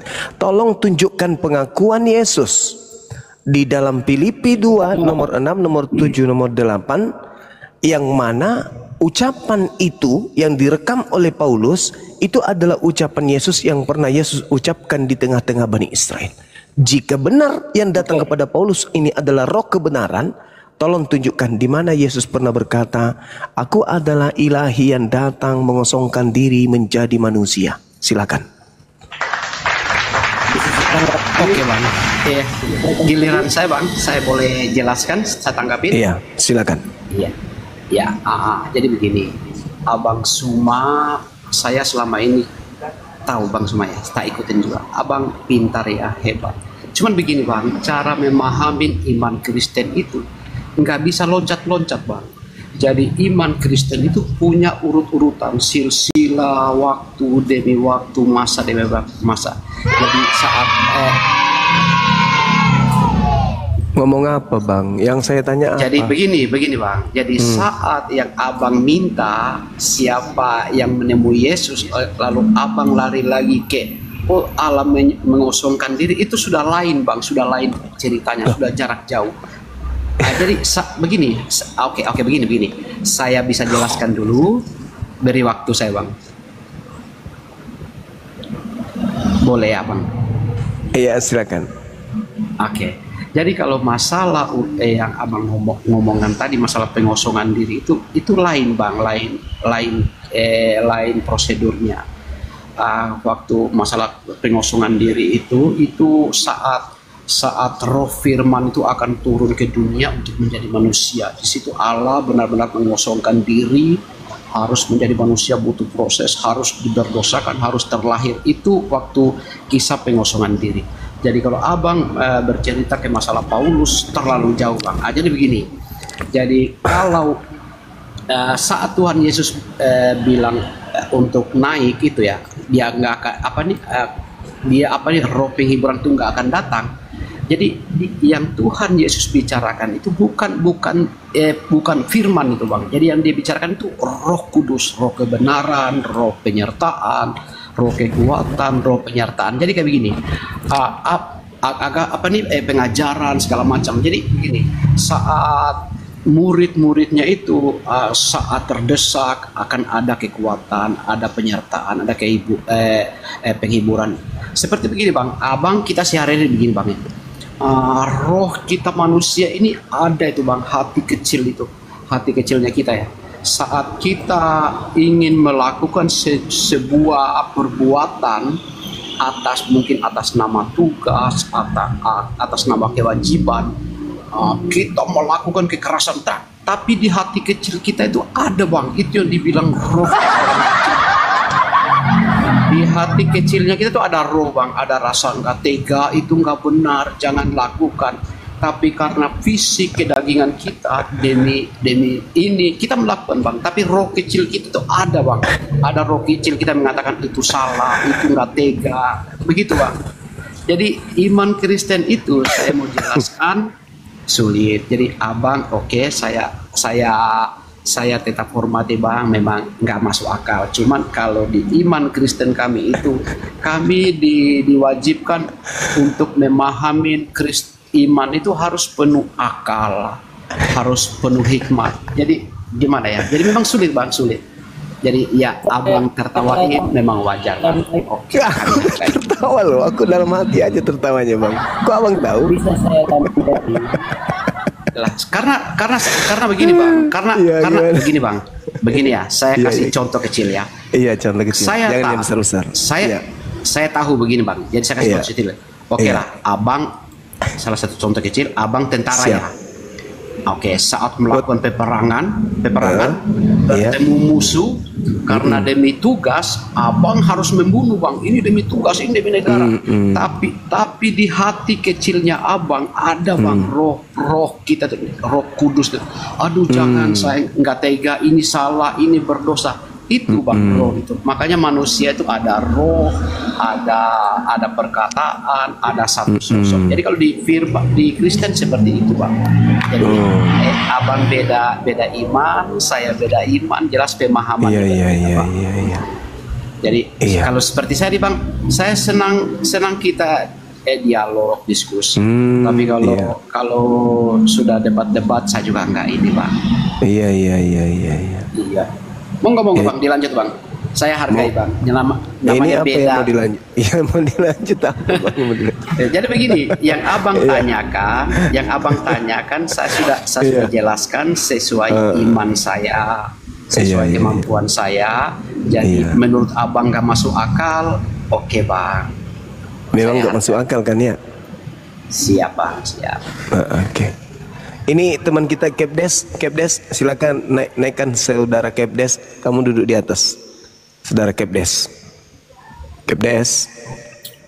Oke. Oke, Pak. Ya. Ya, gimana Kepdes? Yang datang kepada Paulus ini siapa Kepdes? Oke. Yang datang nih Bang, yang kepada Paulus ya adalah Iya. Yesus itu sendiri. Karena apa, Pak? Ya karena apa? Karena Yesus kita katakannya yang diulangi Paulus itu adalah ajarannya kepada kita ya, ajarannya yang akan kita laksanakan di bumi ini gitu loh. Iya, Bukan iya, iya, mengulangi iya, kata-kata suatu diri lagi, mesti ajarannya gitu Pak. Ajarannya Ini kenapa mulutnya ada tiga ini? Memang tiga mulutnya, sekali ngomong tiga suara atau gimana?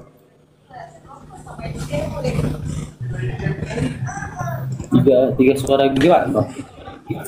Ya. Ada suara kayak Anda itu kayak memiliki tiga mulut sekaligus berbicara tiga mulut. Jadi double mulutnya suaranya. Stereo dia, stereo. Kalau bisa diskusi satu-satu, kasih waktu. Iya. Nggak, dia langsung menyerang tiga orang mulutnya. Coba tes. Tes 1 2 tes. Buat Bang, udah bagus. buat Bang Suma saya 1, 2, bersyukur 1, 2. malam ini saya bisa. Iya, sama-sama Bang. Saya juga bersyukur bisa bertemu dengan saudara Kristen yang mengakui bahwa imannya Kristen tidak bisa dinalar oleh akal. Itu satu kemajuan. Silakan saudara Kepdes. Kemajuan. Bang ya, saya ulangi lagi Bang ya. Oke. Yang datang yang datang ya. Dan abang tadi mengatakan perkataan mana yang di kok ketawa sih? Gimana sih ini? Ini Pak. Tidak, suara saudara itu double Bang. Waduh. Terlalu kelamaan pakai ini, pakai surban. Tes. Iya. Ya, udah bagus. Lanjut. Ini gimana Bang? Iya. Masih, kok bisa ya? Pertanyaan Bang tadi. Gimana? Ini Bang, pertanyaan yang abang tanya tadi, yang datang kepada Paulus itu adalah Yesus itu sendiri, Abang ya. Abang tadi mengatakan mana perkataan Yesus ya, perkataan Yesus yang diajarkan kepada Paulus. Oke, sekarang Bang, yang diajarkan Paulus itu adalah apa yang diajarkan Yesus dulu. Bukan perkataannya lagi Bang yang diajarkan Paulus, tapi ajarannya yang akan kita laksanakan di bumi ini gitu, di dunia ini gitu. Jadi ajarannya lah yang akan dilanjutkan oleh Paulus gitu Bang. Bukan perkataannya Yesus dulu lagi, ajarannya gitu Bang. Kalau abang mau ya tidak percaya ya silahkan gitu, itu kan iman kami gitu Bang. Silakan Pak. Iya, jadi menurut Yesus yang datang setelah dia itu penghibur. Tugas penghibur ini mengingatkan kembali perkataan-perkataan Yesus. Artinya Paulus harusnya menulis perkataan-perkataan Yesus di mana Yesus mengajar selama 3 tahun. Kalau yang datang kepadanya itu adalah penghibur. Nah, ada terjadi 2 kesalahan di sana. Pertama, Yesus mengatakan yang datang setelahku adalah penghibur, bukan aku. Kedua, penghibur ini ketika datang akan mengingatkan kamu terhadap apa yang dulu pernah aku katakan kepadamu. Contoh, Yesus berkata di dalam Matius 15 nomor 24, aku diutus hanya kepada domba. Di dalam Matius 10 nomor 5 nomor 6, Yesus berpesan kepada muridnya agar jangan ke bangsa lain. Nah, kata Yesus, melainkan pergilah kepada domba-domba yang hilang yang sesat dari umat Israel.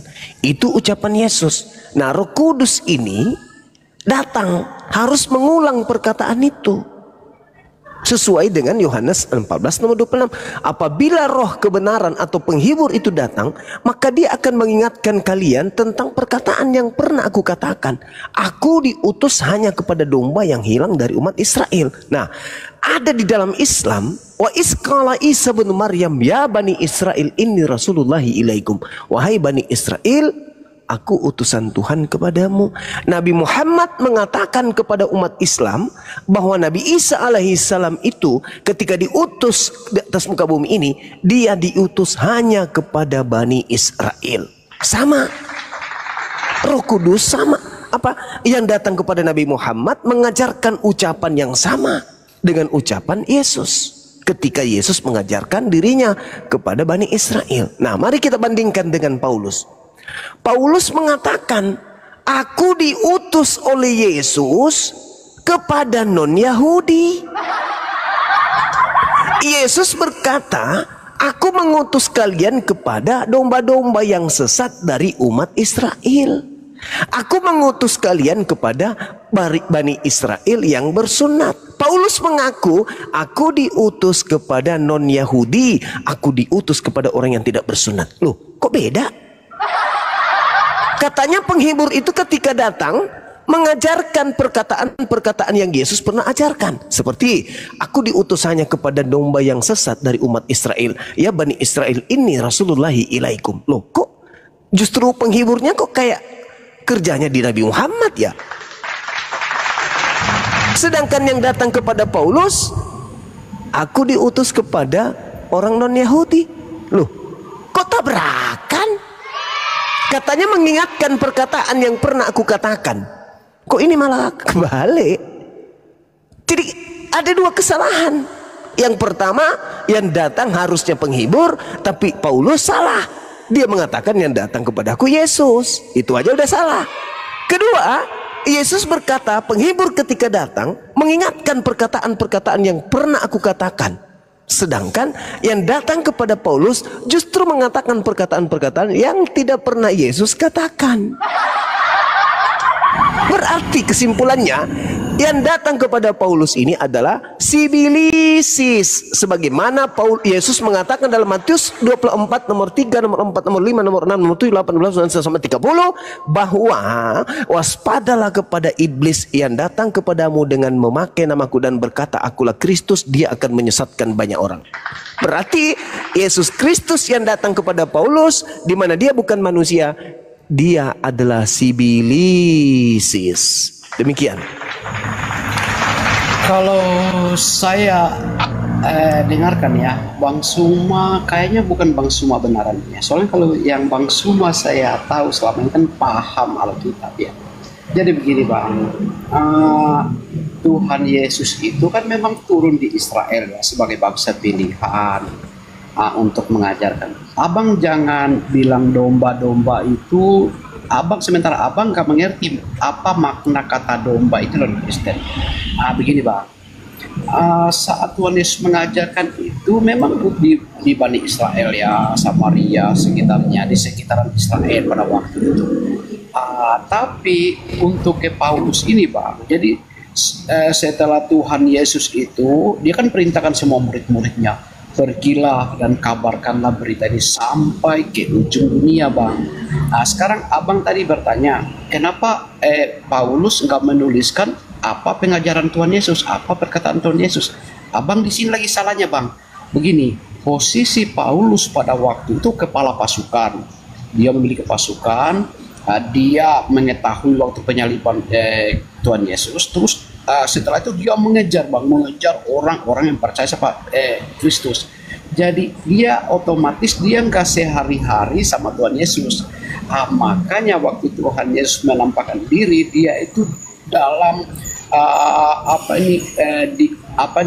di Tuhan Yesus itu sudah ini Bang, maksudnya dia itu dikuasakan roh kebenaran, roh penyertaan, penghiburan, pengajaran, agar apa yang Tuhan Yesus pernah ajarkan, pernah apa itu semua dia harus ajarkan. Jadi pemahamannya abang ini begini bang, dari masa cerita yang lalu abang bawa ke tengah, dari tengah abang bawa ke atas lagi, dari atas abang bawa ke ujung lagi.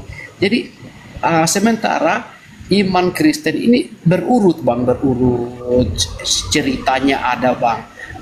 Baru yang lebih parahnya lagi, imannya Kristen, kepercayaan Kristen abang bawa dalam imannya abang yang sudah berbeda, jelaskan akan berbeda bang hasilnya. Jadi iman Kristen itu bang, begini, abang nggak bisa bawa saat abang Hindu, abang bawa ke narasi Hindu, jelas akan berbeda bang. Abang bawa ke Buddha akan berbeda. Jadi iman Kristen itu begini bang, ada urut-urutannya, ada masanya, ada prosesnya. Enggak dari atas ke tengah ke bawah loncat, enggak kayak gitu bang iman Kristen itu. Jadi saya kayaknya kurang yakin kalau Bang Suma ini Bang Suma benaran atau bukan ini. Soalnya kalau saya kenal Bang Suma itu kenal Alkitab ya. Jadi gini saudara, ketika Yesus berkata penghibur itu kalau datang, dia akan mengingatkan akan semua yang telah kukatakan kepadamu. Saya ingin tanya, pernah tidak Yesus mengajarkan untuk kepada murid-muridnya agar pergi ke bangsa non-Yahudi? Ada enggak? Nah, berarti ini bukan Bang Suma ini. Soalnya kalau Bang Suma yang saya tahu firman Tuhan di Alkitab. Coba Anda tunjukkan kepada saya di mana Yesus mengutus murid-muridnya untuk non-Yahudi. Di mana Yesus berkata seperti itu? Bukankah Yesus mengatakan, tetapi pergilah kepada domba-domba yang hilang yang sesat dari umat Israel. Di mana Yesus pernah mengajarkan pergilah kepada non-Yahudi, itu di mana dalilnya? Nah ini makanya saya nggak yakin kalau ini Bang Suma. Soalnya Bang Suma yang saya tahu itu. Coba saya minta dalil bang. Saya minta dalil. Silakan. Oke, Matius 28 ayat 9. Itu Matius 28 itu diucapkan orang yang keluar dari kubur. Bukan ucapan Yesus itu. Bukan ucapan. Yang saya maksud ketika Yesus mengajarkan dirinya sebagai gembala kepada Bani Israel, di mana Yesus pernah mengatakan pergilah kepada non-Yahudi. Sedangkan di dalam Matius 10 nomor 5 nomor 6, janganlah kamu menyimpang ke jalan bangsa lain atau masuk ke dalam kota orang Samaria, melainkan pergilah kepada domba-domba yang hilang dari umat Israel. Nah itu ucapan Yesus. Roh Kudus ketika datang akan mengajarkan Yesus itu hanya untuk Bani Israel. Sedangkan Paulus mengatakan aku diutus kepada non-Yahudi. Siapa yang mengutus Paulus kepada non-Yahudi? Sedangkan Yesus mengutus muridnya hanya kepada domba yang hilang dari umat Israel. Ayo, siapa ini yang mengajar Yesus Paulus kepada non-Yahudi? Kalau Yesus asli yang datang atau Roh Kudus yang datang, maka dia hanya mengajarkan muridnya untuk ke domba yang sesat dari umat Israel. Saudara kembaran, Anda tidak mengerti, Anda seakan-akan ingin ngajarin saya. Di dalam kitab Yeremia 50 nomor 17, yang dimaksud domba itu adalah Bani Yakub. Tidak ada domba di luar Bani Yakub. Jadi kalau Anda bukan Bani Yakub ngaku domba, itu namanya serigala nyamar kucluk. Oke? Jadi jangan Anda mencoba untuk ngajarin orang-orang di sini tentang Bible. Kami lebih paham Bible daripada Anda. Oleh karena itulah sekali lagi saya berkata kepada saudara di sini, kepala desa dan juga kepada saudara kembaran. Kata Yesus, apabila roh kebenaran itu datang, maka dia akan mengingatkan kamu semua apa yang pernah aku katakan. Nah, ada nggak Yesus pernah berkata, pergilah kepada non-Yahudi? Di mana dia pernah mengutus murid-muridnya yang 12 ke non-Yahudi? Tunjukkan. Bagaimana ya? Kalau Bang Suma, saya pernah dengar ya Bang Suma waktu menyatakan hal itu. Makanya saya nggak percaya kalau ini bang semua benaran. Jadi waktu Tuhan Yesus terangkat ke surga, pergilah beritakanlah sampai ke ujung dunia bang. Lah, jadi itu gimana ya? Begini, saudara, kembaran. Kalau Yesus mengatakan dialah yang mengajarkan segala sesuatu dan dia akan mengingatkan kamu akan semua yang telah kukatakan. Kalau betul, syukran. Kalau betul bahwa yang datang di dalam Matius 28 nomor 18 ini, nomor 18 19 ini adalah Yesus, berarti ucapan ini diucapkan 2 kali. Di mana Yesus pernah mengucapkan pertama kali, pergilah ke seluruh bangsa, jadikanlah segala bangsa menjadi muridku. Di mana Yesus pernah mengatakan itu? Karena yang diucapkan di dalam Matius 28 nomor 18 nomor 19 ini itu adalah ucapan yang diingatkan kembali oleh Yesus, oleh Roh Kudus, oleh penghibur. Sekarang Anda tunjukkan kepada saya di mana Yesus pernah mengatakan pergilah ke seluruh dunia, jadikanlah seluruh bangsa menjadi muridku. Itu di mana Yesus mengatakan itu? Sebelum orang yang keluar dari kubur ini mengulang kembali ucapannya. Silakan. Begini bang ya, saya mau jelaskan juga, cuman saya nggak pegang Alkitab ini. Tapi kan di sana ada ya, Tuhan Yesus menyuruh semua murid-muridnya dan pengikut-pengikutnya untuk pergi. Makanya kan murid-murid Yesus kan ada yang di Yunani. Ya, di mana itu bang? Di mana itu tertulis? Ya. Di mana itu? Ada bang di Alkitab. Cuman saya nggak pegang Alkitab. Saya lagi satu handphone aja. Roh Kudusnya nggak bisa dipanggil untuk menunjukkan.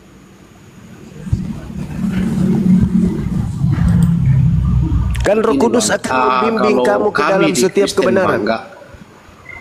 Roh Kudusnya dipanggil dong. Roh Kudus, Kadio. Oke, saya. Ya coba panggil Roh Kudus dulu. Oke bang. Jadi begini bang, kalau kami di Kristen nggak bisa kami bang seperti itu bang. Jadi katanya Roh Kudus apabila dia datang, kita mencoba. Apabila Roh Kudus atau penghibur itu datang, dialah yang akan mengajarkan segala sesuatu kepadamu, bukan Bible, bukan kertas, bukan buku. Dia Roh Kudus itu yang mengajarkan kepadamu segala sesuatu. Mana Roh Kudus abang? Kok larinya ke kertas? Nggak bisa begitu bang. Ya berarti abang bukan, itu kan, berarti Roh Kudus nggak ada sama abang. Itu menantang ini sudah bang, menantang Tuhan. Yesus yang mengatakan, tetapi penghibur yaitu Roh Kudus yang akan diutus oleh Bapa dalam namaku, dialah yang akan mengajarkan segala sesuatu kepadamu. Nah, kalau yang ada di Kristen ini adalah Roh Kudus atau penghibur, maka dia yang akan mengajarkan Anda segala sesuatu. Kenapa jadinya lari ke kertas? Saya nggak bisa bang, karena saya tidak bawa Bible. Loh, Roh Kudus mana? Tidur, pensiun. Begini bang ya, sekarang abang menuntut saya untuk Roh Kudus mana? Saya nggak bisa begitu bang. Sekarang begini ya, yang Tuhan pakai itu, Tuhan pilih itu bang, itu Tuhan bang. Nggak semua manusia itu dipilih dan dipakai kalau kami iman Kristen. Saat saya yang bukan terpakai, saya berkata begitu, saya kan menantang Tuhan bang. Saya nggak bisa saya ikut narasinya abang. Saya takut bang kalau seperti itu. Kalau abang, nggak apa-apa mungkin bang. Dalil loh, dalil. Bukan saya bang. Dalil Yesus yang berkata, tetapi penghibur yaitu Roh Kudus yang diutus Bapa di dalam namaku, dialah yang mengajarkan segala sesuatu kepadamu dan akan mengingatkan kamu akan semua yang telah kukatakan kepadamu. Nah, mana Roh Kudus Anda? Mana? Lah, tadi kan saya sudah jelaskan bang. Yang dimaksud Tuhan Yesus, yang Tuhan Yesus maksud itu kan, yang untuk penyertaan, penghiburan, kekuatan kan untuk orang-orang pilihannya bang, seperti Paulus. Saya ini posisi abang tuntut saya begitu. Saya ini posisi apa bang sekarang ini? Sekarang ini kita berarti pada diri abang ini nggak ada Roh Kudus. Lah saya ada roh bang, tapi untuk roh memberitakan seperti itu, saya nggak dipakai untuk itu. Oh, ya. Berarti nggak ada Roh Kudus. Nggak ada Roh Kudus. Namanya roh. Saya Roh Kudus ada bang. Saya bisa memahami mana yang baik, mana coba yang tanya Roh Kudusnya. Pejamkan mata dulu, habis itu Anda baca mantra-mantra, sampaikan ke Roh Kudus. Roh Kudus, hadirlah, tolong tunjukkan ucapan Yesus sebelum penyaliban yang berkata, pergilah ke seluruh bangsa, jadikanlah ke seluruh dunia, jadikan seluruh bangsa menjadi muridku. Itu tertulis di mana, Roh Kudus? Jawab. Nah, coba suruh kayak gitu, coba Roh Kudus. Begini, Bang. Jangan begini dan Bang, begini ya. terus. Oke Capek lah. aku dengarkan udah 3.000 kali ini aku mengatakan begini-begini. Ini kan kita Coba kita tanya kan Roh Kudusnya diskusi, dulu. Anda pejamkan mata dulu. Komat kamit di mulut. Nanti Roh Kudusnya akan membisikkan ucapan itu tertulis di buku mana, bab berapa, nomor berapa. Abang tinggal tunjukkan, gitu Bang. Silakan. Oke, saya paham Bang. Sekarang saya balik Abang ya. Sekarang imannya Abang juga tunjukkan ke saya di mana imannya Abang mengajarkan apa, mana Roh Kudusnya Abang, coba panggil Bang Roh Kudus. Istilahnya saya juga Di bisa Islam balik seperti itu, Bang. di Islam itu tidak begitu Roh Kudus itu. Di Islam itu Roh Kudus itu loh. Kan di Abang yang mengklaim bahwa Abang ada Roh Kudus. Kalau kami bukan kayak gitu konsepnya. Roh Kudus itu datang kepada Nabi Muhammad. Roh Kudusnya mengajarkan Al-Quran. Jadi kalau kami ingin mengetahui satu hukum, kami ke Al-Quran. Beda dengan kalian. Kalian punya Roh Kudus. Sekarang coba tanya Roh Kudusnya. Bang Suma bertanya kepada saya, wahai Roh Kudus, apa pertanyaannya? Dia katakan, Bang, jadi begini. Dia katakan Roh Kudus ke Muhammad. bahwasanya tunjukkan kepada Kudus. saya di mana Yesus pernah berkata bahwasanya pergilah ke seluruh dunia, jadikanlah seluruh bangsa menjadi muridku. Itu tertulis di mana? Coba. Kalau untuk murid-murid Bang jelas diperintahkan. Lah saya kan nggak diperintahkan. Begini, seperti Abang tadi bilang. Berarti dalam diri Anda. Tapi memang Pak Andreas ini memang suku apa Pak Andreas? Dari suku Bugis. Toraja. Anda asli suku Toraja. Oh, suku Toraja. Saya kira Pak Andreas suku Bugis, karena heran saya kalau suku Bugis setahu saya itu Islam semua Pak Andreas. Ya, mayoritas kan. Iya. Kalau Manado ya jangan ditanya lah. Soalnya di sana itu ada pasar Tomohon di sana itu. Iya betul. Kalau di Manado itu. Tapi gini Pak Andreas ya, saya gini, saya itu Pak Andreas tidak pernah mempermasalahkan kayak misalnya ketika Tuhan jadi manusia pada waktu itu saya nggak permasalahkan itu Pak Andreas. Ya. Yang jadi tanda tanya besar gini Pak Andreas. Enggak. Ketika Tuhan saya jadi manusia. Iya, ketika Tuhan saya menjadi manusia dan berteofani menjadi manusia seperti yang dikatakan oleh Filipi 2 nomor 6, 7, 8, saya nggak permasalahkan itu. Yang membuat tanda tanya besar adalah kenapa harus Tuhan kehilangan esensi ketuhanannya Pak Andreas. Itu yang jadi permasalahannya. Tadi sempat disinggung sama Bang Ferry tentang doa Bapa kami, ya kan? Bapa kami yang di surga, dikuduskanlah namamu, datanglah kerajaanmu. Nah artinya di dalam doa itu kan yang diajarkan Yesus, ya kan? Itu yang doa yang diajarkan Yesus. Lalu bagaimana Yesus yang tadinya Tuhan yang saya percayai, tapi kok dia menyuruh untuk menyembah kepada Bapa?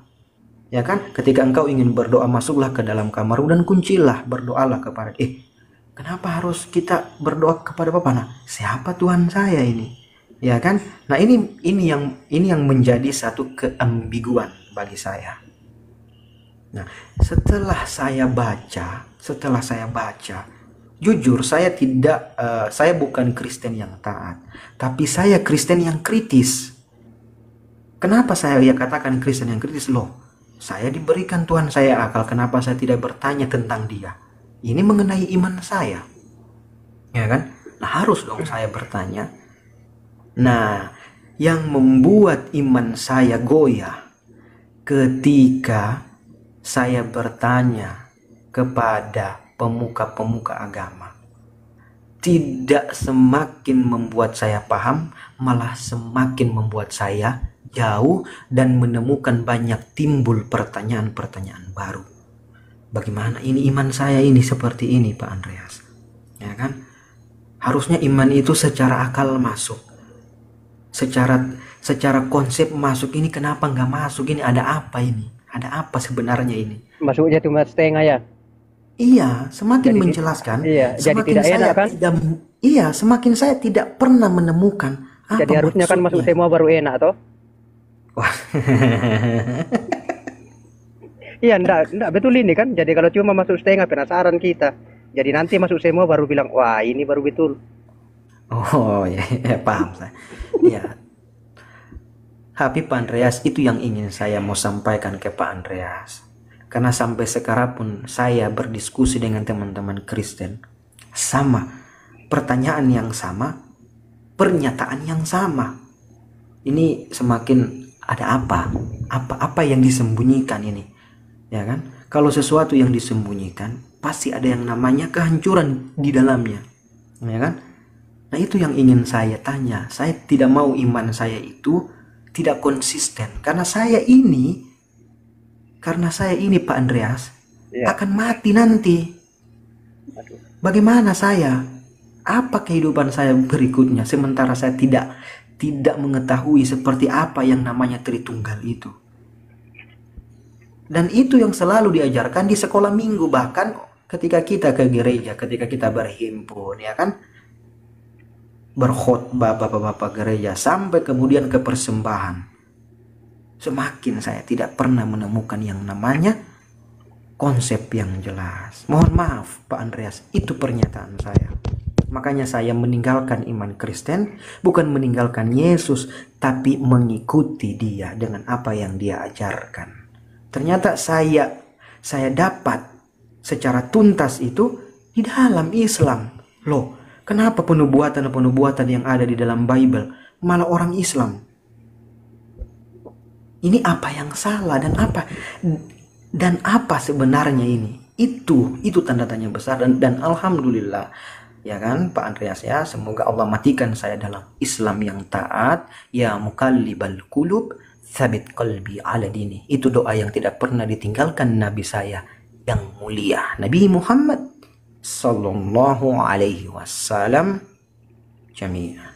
Itu Pak Andreas, itu kesaksian saya. Oh ya, nama Kristen saya Pak Andreas, Christian Tristan Katili. Itu nama baptis saya, sekalipun di Protestan tidak diwajibkan nama baptis. Tapi nama baptis saya adalah Christian Tristan Katili. Sekian. Saya kira Cristiano Ronaldo, bukannya?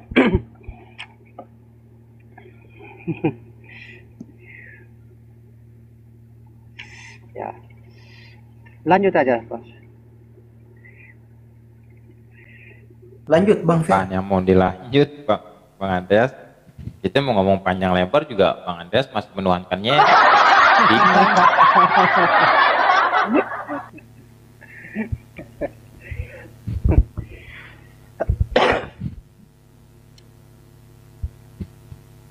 Iya, kita mau misalkan Bang Jul mau ngomong nih sampai 1 bulan juga tetap aja nggak bakal ngerubah keimanan Bang Andreas. Cuma Bang Andreas. Andreas, coba hari ini lu peringati Paskah nggak? Peringati Paskah. Saya tidak ke gereja kemarin. Tidak sempat.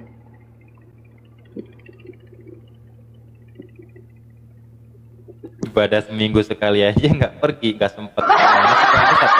Islam sehari 5 kali loh Bang Andreas.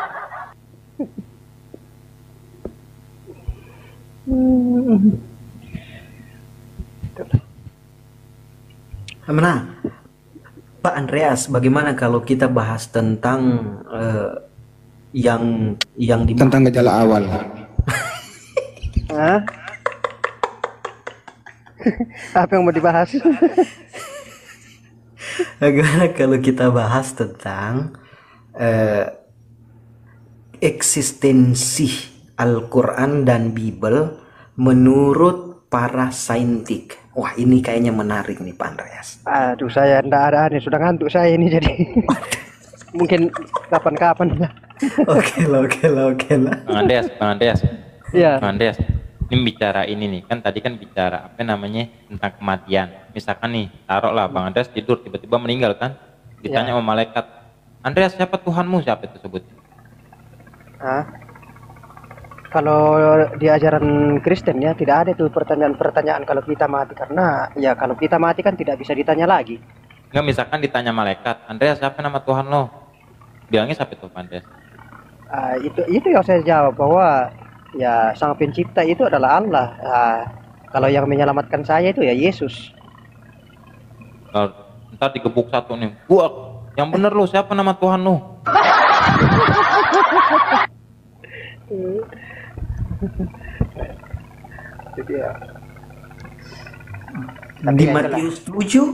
Di Matius 7 22 23. Aduh Pak Andreas, ternyata itu ternyata diusir Pak Andreas.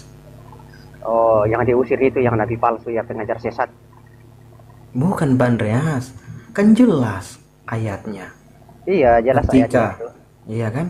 Ketika orang-orang yang mengatakan Yesus Tuhan, apa? Tuhan, Tuhan, Tuhan, bukankah kami bernubuat demi namamu? Bukankah kami mengusir setan demi namamu? Menyembuhkan orang sakit demi namamu? Ya kan? Nah, Yesus katakan, pada hari itu Yesus berterus terang, Aku tidak mengenal kalian, kalian semua pembuat kejahatan, enyalah dari hadapanku. Nah, yang menyebut Yesus Tuhan kan hanya Kristen kan, ya, yang nggak mungkin Islam lah Pak Andreas, ya kan? Nggak Tapi mungkin. itu kan buat ya, yang pengajaran sesat itu, yang mengajarkan kesesatan itu memakai nama Yesus. Ya, pertanyaannya gini, di dalam ayat itu kan tidak menunjukkan tentang siapa nabi yang menunjukkan pengajaran yang sesat, ya kan? Nah, saya selalu itu pernah dengar bahwa teman-teman Kristen yang lain mengatakan bahwa nabi palsu itu adalah salah satu nabi yang ada di dalam Islam. Pertanyaan saya tidak pernah temukan di dalam Bible bahwa nabi palsu itu tertulis jelas berada di tanah Arab. Itu nggak ada Pak Andreas. Nggak ada itu, nggak ada. Nah, kan? Nah, artinya tidak merujuk kepada nabi saya yang paling mulia, ya kan? Ya.